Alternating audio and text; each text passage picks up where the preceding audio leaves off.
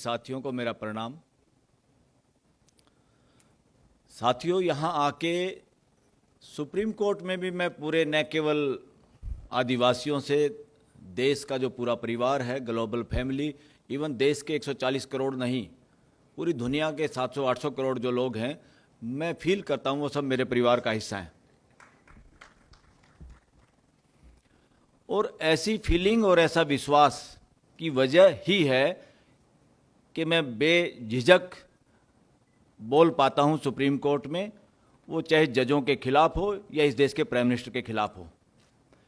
क्यों? हमारे मन में किसी के प्रति दुर्भावना नहीं है, मगर हमारा अधिकार और इस देश के लोगों का अधिकार जो कॉन्स्टिट्यूशन के हिसाब से है, उस काम में कोई भी कोताही बरते, चाहे वो सुप्रीम कोर्ट हो, चाहे इस देश का प्राइम मिनिस्टर हो, चाहे राष्ट्रपति हो, चाहे कोई ब्यूरोक्रेट्स हो, सबकी ड्यूटी है।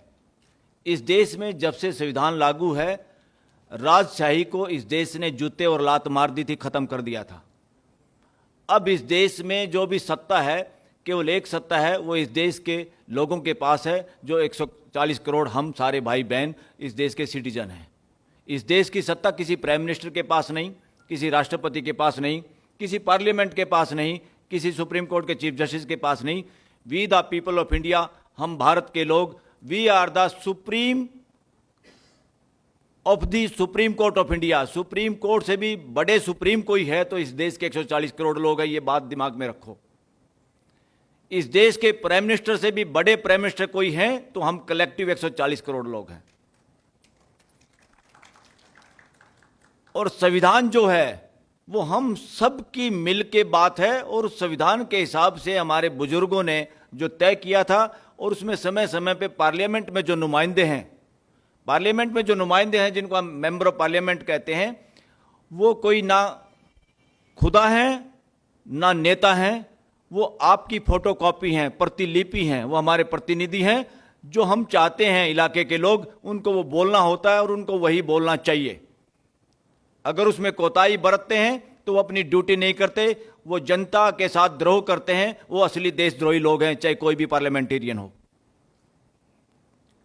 प्राइम मिनिस्टर का काम इस देश में एक पोस्ट है, सिर्फ एक पोस्ट है, कोई राजा महाराजा का पद नहीं है। वो राष्ट्रपति का पद भी इस देश का राजा महाराजा का पद नहीं है, वो पोस्ट एक है। वहां हम एक आदमी को बिठाते हैं जो लीडर ऑफ द हाउस होता है। पार्लियामेंट में, हमारे संविधान में पोजीशन और अपोजिशन का कोई भी जिक्र नहीं है। हमने बेवकूफ़ी से बाहर के देशों से सीख लिया, मगर उसमें सुधार नहीं किया।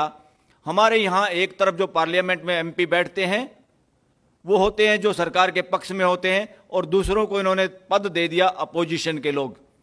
क्या अपोजिशन के लोग सही कामों में समर्थन नहीं कर सकते या नहीं करते? इस तरह से पार्लियामेंट को भी इन्होंने एक तरह से रामलीला ग्राउंड बना दिया है। उस रामलीला ग्राउंड में जब मोदी बोलता है तो उसकी सारी पार्टी के लोग बिना कुछ, चाहे उनको सुना हो उन्होंने, चाहे उनकी समझ में आया है या नहीं आया है, चुपचाप ताड़ियां पीटते हैं मदारी के बंदरों की तरह से, सिर्फ इसलिए कि कोई फोटो देखेगा, देश भी फोटो देखेगा, पार्टी भी देखेगी, कहीं टिकट ना कट जाए फ्यूचर की। देश का प्राइम मिनिस्टर बहुत बेवकूफ़ी भरी बात बोल सकता है, कोई दो राय नहीं, हमारे जैसा आदमी है। देश का कोई पार्लियामेंटेरियन बेवकूफ़ी कर सकता है, वो काम जो घर के सदस्य अपने एक सदस्य को सौंपते हैं, उससे भी गलती हो सकती है। इसके अलावा कुछ नहीं। और साथियों, इस देश में जो आप लोगों के और देश के लोगों के दिमागों में बहुत दिनों से भरा हुआ है, रिजर्वेशन, ये आरक्षण नहीं है, ये अधिकार है। किस बात का अधिकार? ये नौकरी नहीं है, ये भागीदारी है, व्यवस्था में भागीदारी। क्योंकि हमने देखा बचपन में जो अफसर इस देश में जातिवाद का जो जहर भरा हुआ है, इस जातिवाद के जहर को इस देश की शिक्षा नहीं खत्म कर पाई। शिक्षा का अभी भी भगवाकरण हो रहा है। कोई शिक्षा का कुछ और करण करना चाहता, कोई शिक्षा का मानवीयकरण कोई नहीं करना चाहता। कि शिक्षा में ग्रेजुएशन की डिग्री से पहले हर बच्चा ये समझ जाए और उसके दिमाग में से वो फर्क मिट जाए, और वो 140 करोड़ लोगों को अपना भाई बहन, अपने परिवार का हिस्सा मानना शुरू कर दे। जो एजुकेशन इस तरह का आदमी पैदा नहीं कर सकते इस देश में, उस लानत है उस एजुकेशन सिस्टम पे। जिस एजुकेशन में अभी तक भी इस देश में इतने साल से आज़ाद होने के बाद अभी भी हिंदू मुसलमान, हिंदू मुसलमान, हिंदू ईसाई और इस तरह की नॉन सेंसिस हो रही है। और खास तौर पे इवन देश का प्राइम मिनिस्टर इस तरह की बात करता है तो शर्म आती है। साथियों, टेररिज्म और टेरर क्या है हमारे कानूनों के हिसाब से? किसी का वो कार्य और व्यवहार जिससे इस देश की यूनिटी और इंटीग्रिटी भंग होती हो, वो टेररिस्ट है और वो काम टेररिज्म में आता है।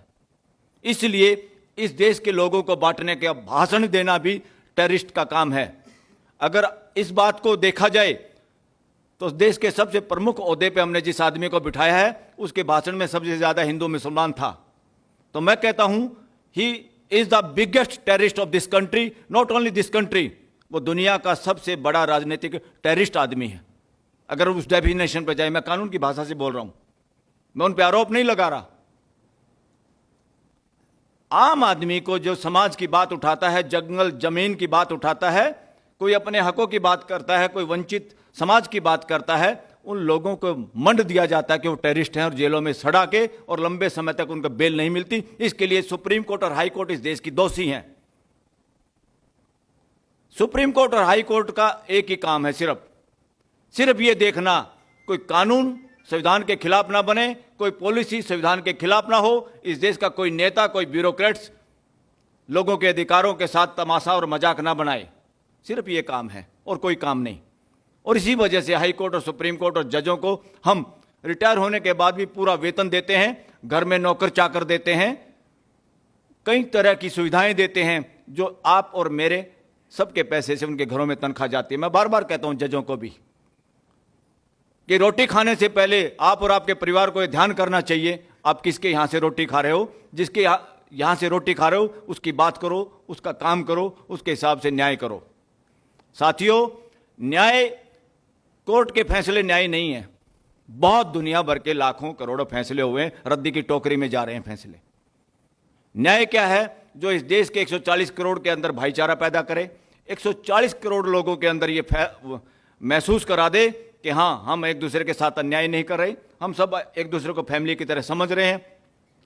लाखों करोड़ों लोग इस तरह से, लाखों युवा इस देश के डिग्री धारक जो सबसे ज्यादा अच्छी नौकरियां ले रहे हैं, मियां बीबी नौकरी करते हैं, सबसे ज्यादा घर के मुकदमे सुप्रीम कोर्ट तक उन्हीं लोगों के बीच में। इससे क्या सिद्ध होता है? ये शिक्षा हुई या बेड़ा गर्क हुआ देश का? सिर्फ पैसे कमाना शिक्षा है क्या? मैं आप लोगों को सैल्यूट करता हूं। आप लोगों ने जिस तरह से स्वागत किया, उल्टा वो स्वागत तो मैं आप लोगों का करना चाहता हूं। इस देश में अगर असली राइट टू लाइफ, स्वच्छ हवा, स्वच्छ पानी और जंगल और धरती को बचाने का कोई काम कर रहा है तो आदिवासी समाज कर रहा। मैं सैल्यूट करता हूं ऐसे समाज को। और साथियों, जिस तरह से किसान कानूनों के लिए एक तरह से कोरोना में वो चोरी चकारी से पास किए, हमारा संविधान ये तो कहता है कि पूरा डिस्कशन और डिबेट होने के साथ, घर में चर्चा होने के बाद, घर में भी हम चर्चा करते हैं, अगर 10 आदमी हैं, पूरी चर्चा हो गई फिर भी फैसला नहीं हुआ तो उसमें से मान लो 6 आदमी 7 आदमी ये कह रहे हैं भाई इस काम को कर लो, तो बाकी 3 चुप हो जाते कर लो। तो पार्लियामेंट की भी यही ड्यूटी है। पार्लियामेंट की ये ड्यूटी नहीं कि घर के 3 सदस्य को जिनको पता ये इस बात को पसंद नहीं करते उनको जूते मार के बाहर फेंक दो। इस देश के लगभग 150 पार्लियामेंटेरियन को, जनप्रतिनिधियों को, वो जनप्रतिनिधि 150 नहीं थे, 150 कॉन्स्टिट्यूएंसी के जो लोग थे पूरे देश के, उनको जूते मारे हैं इस सरकार ने पिछली पार्लियामेंट के दौरान। और ये असंवैधानिक काम था। ये सबसे बड़ा देशद्रोह है। आपके यहां, हमारे यहां जो गांव में पंचायत होती है, परिवार में कोई पंचायत होती है, तो उसमें हम सब पक्षों को प्यार से, दुलार से इकट्ठे बिठा के डिस्कशन और संवाद करते हैं और लोगों को मिलाने का काम करते हैं। ऐसा कोई फैसला करना नहीं चाहते जिससे परिवार टूटे, रिश्तेदारी टूटे, 2 समाजों के बीच में विभाजन हो, 2 गांव के बीच में टकराव हो।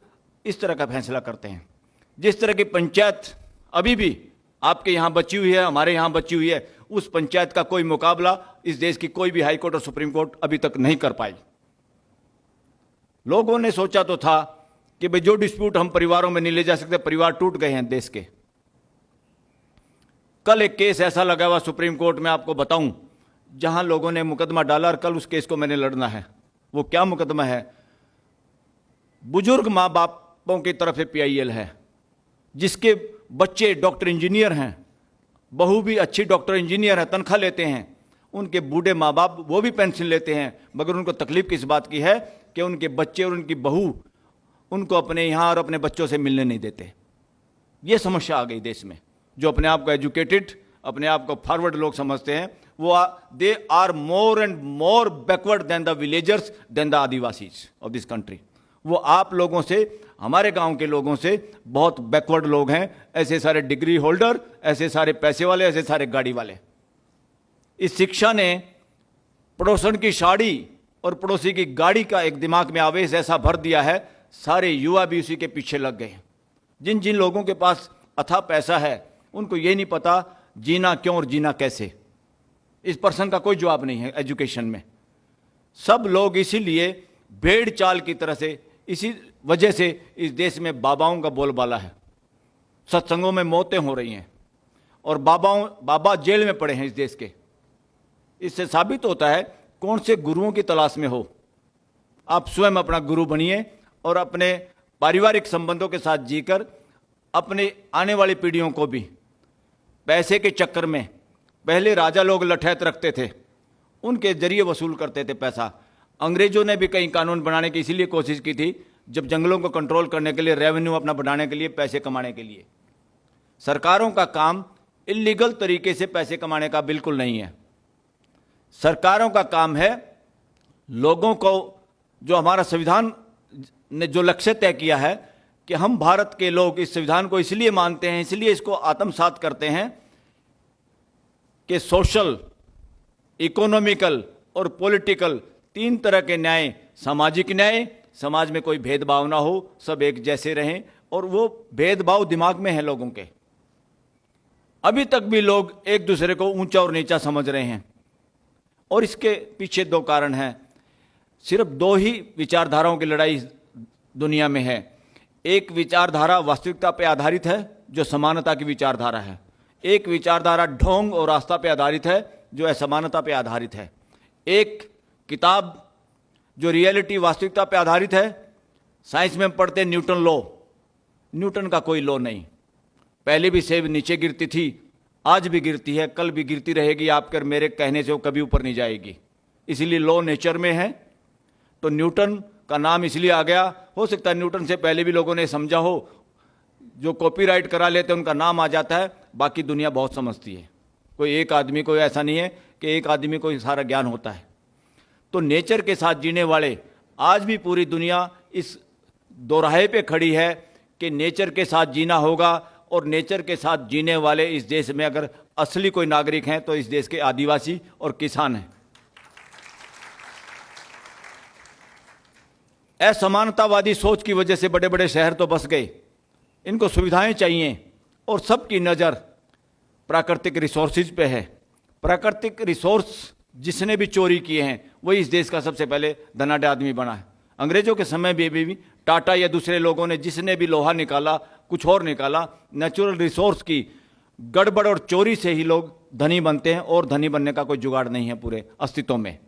पूरे अस्तित्व में कोई ऐसा नियम नहीं है कि एक के पास ज़्यादा पैसा हो। ये सारी असमानतावादी विचारधारा और ढोंग पे आधारित सारे ग्रंथ कहानियों की वजह से है कि ऐसी बातें, भ्रम फैलाया जाता समाज में कि इसके हाथ में लकीर है राज तिलक की, फलां के हाथ में लकीर है पैसे की। ये नॉनसेंस है। अस्तित्व में कोई भी ऐसा, मैं थोड़ा सा भाषा कुछ ऐसी यूज करना चाहता हूं जो आपको इजीली समझ में आ जाए, उसको अन्यथा ना लें। अस्तित्व में कोई ऐसा सांड नहीं है जो इस तरह से भेदभाव करता है, किसी के हाथ में राज तिलक की और किसी के हाथ में पैसे की लकीर खींचता है। अस्तित्व में किसी के साथ कोई अन्याय नहीं है। अस्तित्व सह अस्तित्व पे आधारित है और सह अस्तित्व पे आधारित होने की वजह से नेचर और आदमी के बीच में टकराव ना हो, आदमी इतना शोषण ना करे नेचर का कि ये हमारा ग्लोब ही खतरे में पड़ जाए, ये धरती खतरे में पड़ जाए। इस धरती को अगर बचाने की जिम्मेदारी किसी पे है और जो जिम्मेदारी के साथ लड़ भी रहा है, संघर्ष कर रहा है, वो इस देश का आदिवासी है। हम सैल्यूट करते हैं आप लोगों को। इसमें कतई दो राय नहीं। सुप्रीम कोर्ट के अंदर सरकार की तरफ से जो वकील होते हैं उनकी तनख्वाह भी आप लोगों के घरों से जाती है। उनकी ड्यूटी है संविधान की रक्षा करना, संविधान के अनुसार अगर सरकार काम ना करे उनके भी कान खींचना और उनको सलाह देना।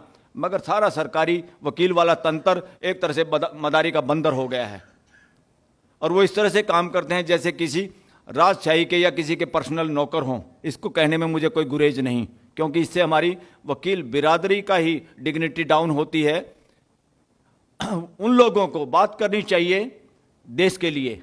वहाँ क्या होता है, जो अटॉर्नी जनरल है, अटॉर्नी जनरल के ऑफिस के नीचे के जो वकील हैं, सॉलिसिटर जनरल है, या आपके स्टेट में एडवोकेट जनरल है, उसके नीचे के जो वकील हैं, वो सारे के सारे पॉलिटिकली अपॉइंटेड होते हैं। वो उसी एहसानमंद होकर चुपचाप तोते की तरह वही बोलते हैं जो उसका आका बोलता है।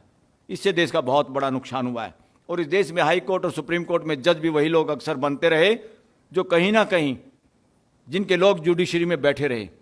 इस देश का सबसे ज़्यादा अगर और नुकसान अगर हुआ है पॉलिटिक्स में, तो कहीं ना कहीं आपके नुमाइंदे चले जाते हैं, चाहे वो रबड़ स्टैंप हो, चाहे दूसरे कमज़ोर लोग हैं। बीजेपी में मान लो, मैं एग्जांपल दे रहा हूं, बीजेपी में भी जो नेता हैं वो हर समाज के नेताओं को दिखाने की कोशिश करते हैं, मगर वो उन चेहरों को ढूंढते हैं जो बिल्कुल रबड़ स्टैंप हो। इसी वजह से द्रौपदी मुर्मू जी के होते हुए भी वो क्रेडिट लेना चाहते हैं कि आदिवासी महिला को हमने राष्ट्रपति बना दिया। अरे एहसान कर दिया क्या? किसी के बाप का है क्या ये देश? ये किसी के बाप का देश नहीं है। ये 140 करोड़ लोगों की भागीदारी है, और उनकी भागीदारी सबकी नहीं होगी, ऐसा नहीं चलेगा, चल नहीं सकता। तो इस वजह से जो अब जो एक्ट आया है, फॉरेस्ट एक्ट 2023 में 1 दिसंबर से जो हुआ लागू, उस पर सुप्रीम कोर्ट ने जो स्टे किया है, उसके बावजूद भी सरकार बताते हैं, चारों तरफ से मैसेज आते हैं कि बहुत सारे गलत काम अभी भी फटाफट हो रहे हैं, कि ब्यूरोक्रेसी मिलके। और सरकार का अब अभियान ऐसा चल रहा है, बहुत बार आवाज़ उठाते हैं वकील लोग भी, हम लोग भी उठाते हैं, कि बहुत सारे जजों के यहाँ से तुरंत पहले ही पता चल जाता है कि देश की जनता की बजाय ये सरकार के पक्ष में फैसला होगा। सरकार जब बदमाशी करती तभी तो लोग कोर्ट में जाते हैं, और उस बदमाशी में पहले बात सुनने की, खुल के सुनने की जरूरत है कि देश के लोग क्या कह रहे हैं। सरकार की तरफदारी ना करने की बजाय कुछ जजों की तरफ से इस तरह का वाइब्रेशन आती हैं, उनकी बातों से ऐसा एहसास होता है और उनके फैसलों से एहसास होता है कि वो गड़बड़ करते हैं। इसलिए हम उन जजों को भी कहते हैं असंवैधानिक और देश के गद्दार जज हैं, चाहे इस तरह का काम करने में कोई भी शामिल हो, चाहे इस देश का चीफ जस्टिस भी शामिल हो। साथियों, अभी तक इस देश में डराया जाता रहा और लोग डरते रहे कि कुछ भी बोलोगे कंटेम्प्ट हो जाएगी कोर्ट की। एक जज भ्रष्टाचार करे, उसके सबूत मेरे पास हों, एक जज गड़बड़ करे और उसके सबूत जनता के पास हों, उसको कौन बोलेगा? सबसे बड़ी सुप्रीम कोर्ट कोई है तो इस देश की जनता है। इसलिए आदिवासियों का खाली अधिकार नहीं, ये जिम्मेदारी है, और आप जिम्मेदारी को निभा भी रहे हो। इस देश को बचाना है तो जंगल और जमीन को बचाना पड़ेगा, और जंगल को बचाने के लिए इसलिए जरूरी है जो जंगल के नीचे मिनरल्स हैं, कोई कोयला है या कोई तेल है। साथियों, तेल इसलिए नहीं बना कि उस पर सरकारें आएंगी, धरती से तेल निकाल के धरती को खोखला बनाएंगी, और धरती का जो सिस्टम है, जैसे गाड़ी में शॉकर सिस्टम होता है, ये तेल धरती की अपनी बॉडी के लिए जरूरी है। माँ बच्चे को दूध खुद पिलाती है, इसी तरह से धरती माँ भी, उसके ऊपर जो उगता है वो मानव जाति के लिए है, उसके अंदर जो है वो उसके शरीर का हिस्सा है। उसके रास्ते पे जो चल रही पूरी दुनिया बहुत खतरनाक है, ये पूरे ग्लोब को खत्म करने वाली बात है। अब हम अपनी माँ का दूध पी के बड़े हुए, अगर हम ही बदमाशी करें और फिर कहें माँ आप तो बूढ़ी हो गई हो, दूध दाद तो पी लिया, अब आपकी थोड़ा किडनी और ले लें, आपको तो मरना ही है, किडनी भी खा लें आपकी मीट बना के।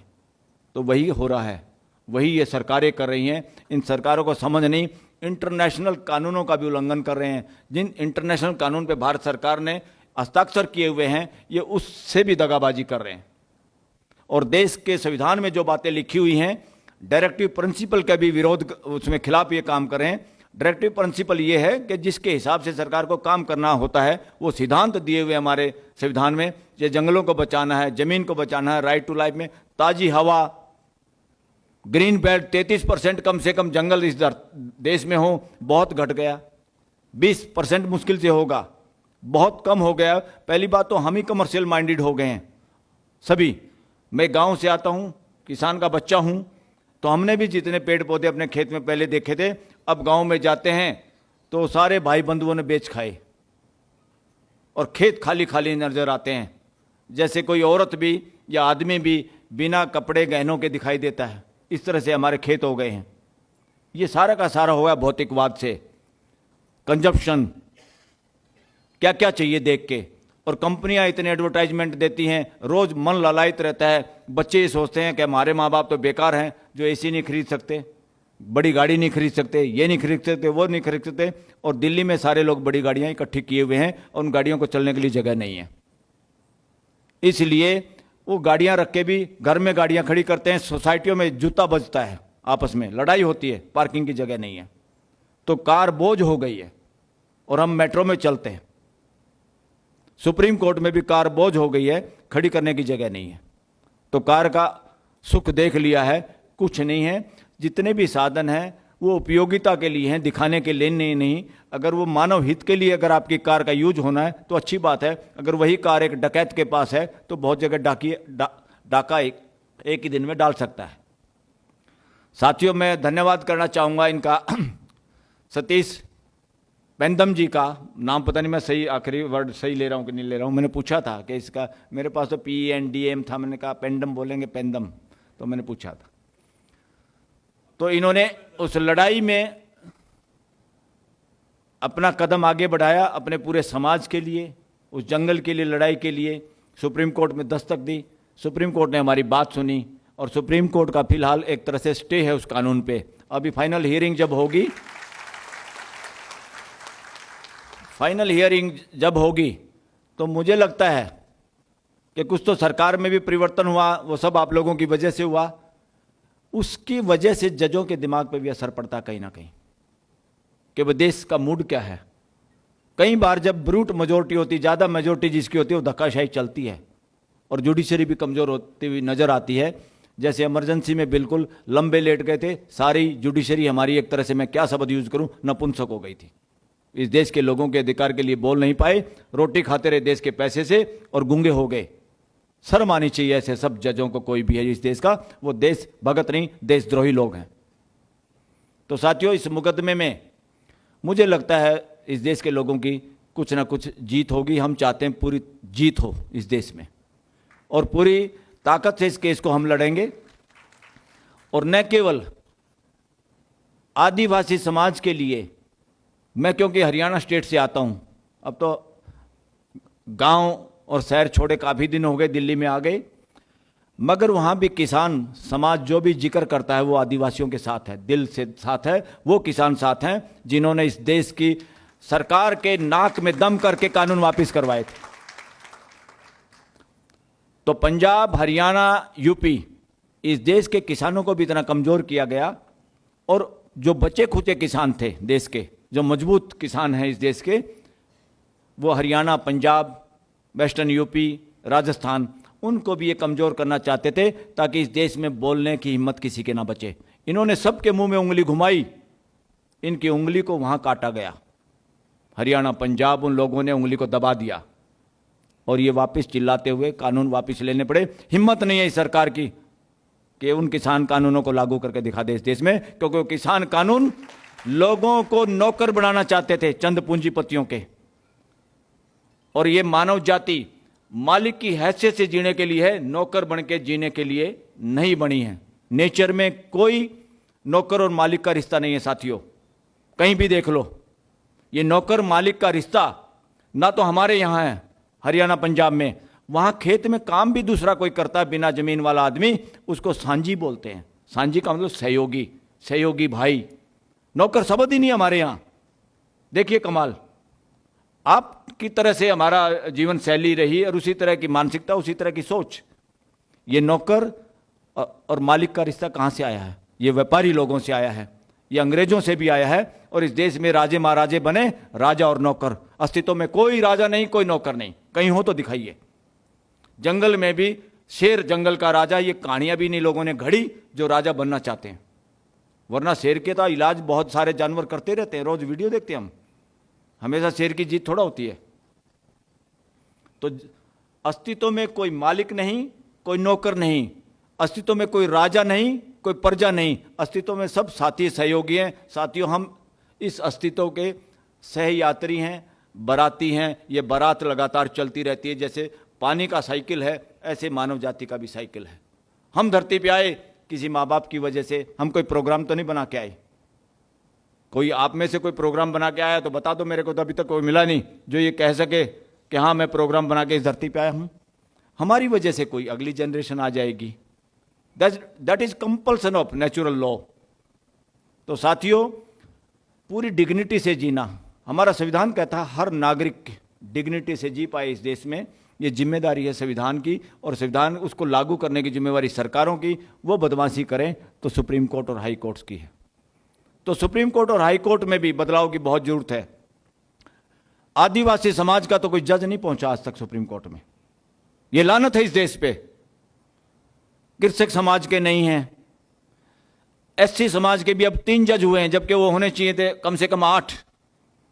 मुस्लिम समाज का भी या क्रिश्चियन समाज का, उसमें से जैसे आप लोग पता नहीं क्या कहते हैं, हमारे यहाँ जब सब्जी बनाते हैं या दाल बनाते हैं उसमें तड़का लगा लेते हैं। हरियाणा में उसको कहते हैं छौंक लगाना, जिसमें जीरा बीरा घी वी डाल के उसको थोड़ा टेस्टी बनाने के लिए।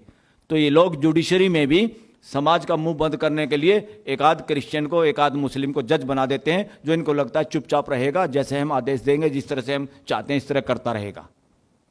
अभी तक तो ये देश गुलामी के दौर से गुजर रहा है संविधान के बावजूद भी। ये तभी जागेगा जब आप जागोगे।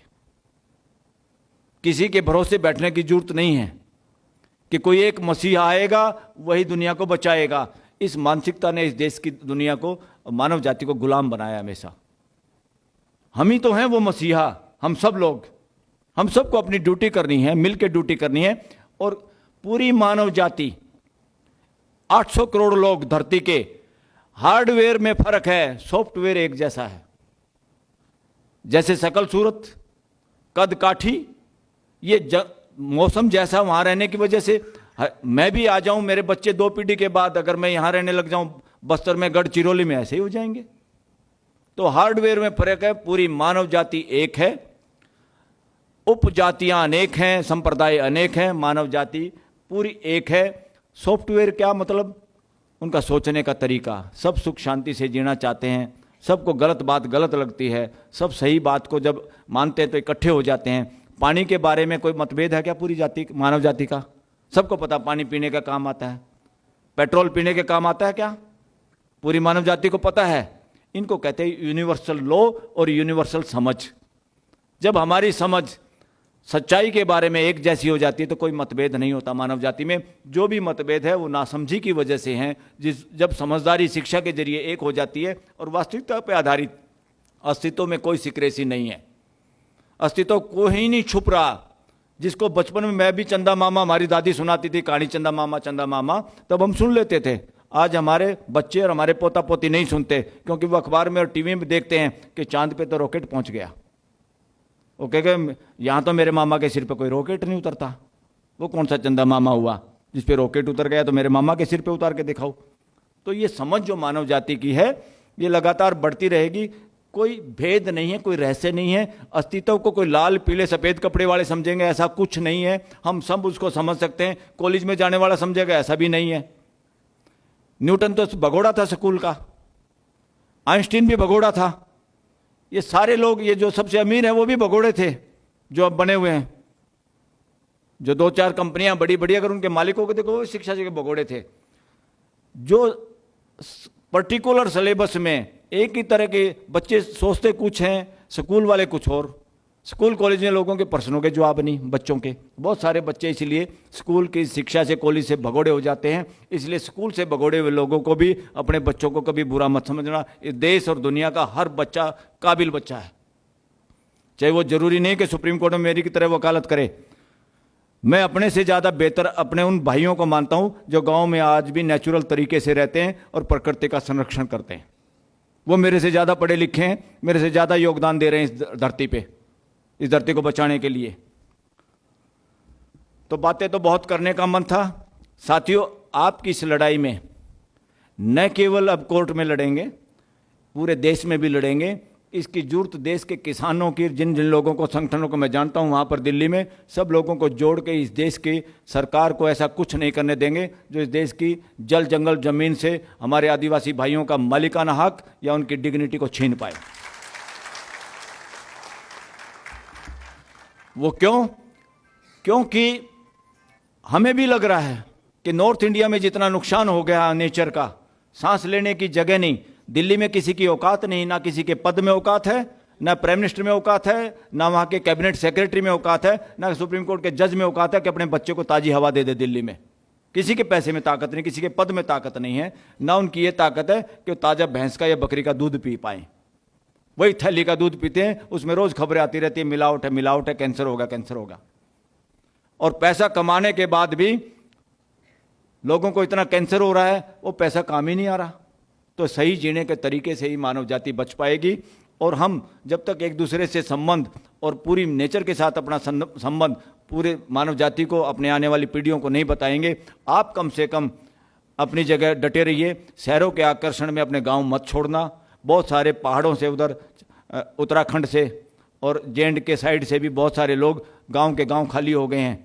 गांव में एक आध छोटे बचे हुए छोटे मोटे बुजुर्ग लोग हैं, या वहाँ के कुछ बेचारे कुत्ते चिल्लाते रहते हैं। गांव में कुछ नहीं बचा और सब शहरों में आ गए।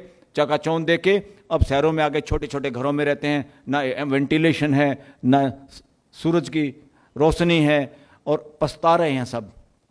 उन पछताने वालों की टीम में मैं हालांकि थोड़ा ठीक ठाक तरीके से रहता हूं, उसके बावजूद भी उन पछताने वाली टीम में मैं भी हूं। काश दिल्ली इतनी बड़ी ना होती। आज लोगों का ही वेट नहीं है, लोगों को ही शुगर और टेंशन प्रेशर नहीं हो रही। ये इन शहर जो हैं अपने आप में वो एक मानसिक गुलामी की निशानी है। इतने बड़े शहर एक जगह बसाना, क्योंकि नेचर में देखते हैं तो सबसे ज़्यादा मिट्टी पत्थर पहाड़, उसके बाद सेकंड नंबर पे पेड़ पौधे, तीसरे नंबर पे जीव जंतु, और उससे कम मानव जाति। मानव जाति इस अनुपात में अगर रहे तभी खुशहाल और नेचर के साथ रह सकती है। तब हम नेचर के साथ जी सकते हैं। ना हम नेचर का नुकसान करेंगे, ना नेचर तो हमारे को लगातार माँ की तरह पालती पोसती ही है। तो आप लोग इस देश में वो काम कर रहे हैं, उस तरह से रह रहे हैं। आप लोगों से पूरा देश सीखेगा कि जीना कैसे हैं। और जंगल जमीन के लिए जो कोयला निकालने से जंगल नष्ट होते हैं, नीचे मिनरल निकालने से जंगल नष्ट होते हैं, और जंगलों के नष्ट होने से ऋतु परिवर्तन और वातावरण में असंतुलन पैदा होता है, जिसकी वजह से बहुत सारा नुकसान है। फ्यूचर में भूकंप भी जो देश में आएंगे, इसी तरह खनन चलता रहा और तेल निकलता रहा तो फ्यूचर में ऐसे भूकंप आएंगे। जो बिल्डिंगें बना रखी है लोगों ने कि बहुत सरिया डाला हुआ है, ये कोई काम नहीं आएगा, बल्कि उनके नीचे दब के आदमी भागने लायक भी नहीं बचेगा। आपके यहाँ तो झुपड़ियों में से निकल के हम भागते हैं, गाँव में से भाग जाते थे हम कच्चे मकानों से।